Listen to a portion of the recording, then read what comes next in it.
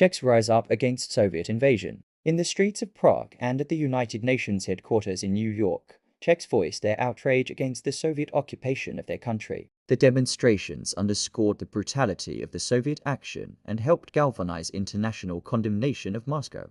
On the night of August 20, 1968, more than 200,000 Warsaw Pact troops poured into Czechoslovakia to crush the democratic and market-oriented reforms introduced by Communist Party leader Alexander Dubček. Efforts at negotiation between Dubček and Soviet bloc leaders had failed to dissuade him from his reformist agenda. The invasion, launched on August 21st, showed that the Soviets believed Dubček had gone too far and had to be stopped. The following day, thousands of Czechs gathered in Prague to demand the withdrawal of foreign troops. Though intended as peaceful, the protests were marred by outbreaks of violence, and several demonstrators were killed on August 22nd and in the days that followed. At the United Nations, the Czech delegation denounced the invasion as a violation of their nation's sovereignty and urged the Security Council to act. The Council voted 10-2 in favor of condemning the Soviet Union, but Moscow predictably vetoed the resolution. The 1968 invasion severely tarnished the Soviet Union's global standing and even drew criticism from communist parties in countries like China and France.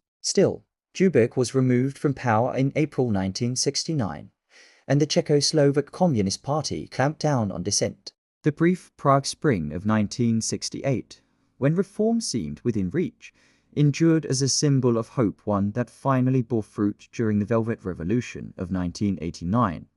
When dissidents overthrew communist rule and elected Václav Havel, the country's first non-communist president in 4 decades.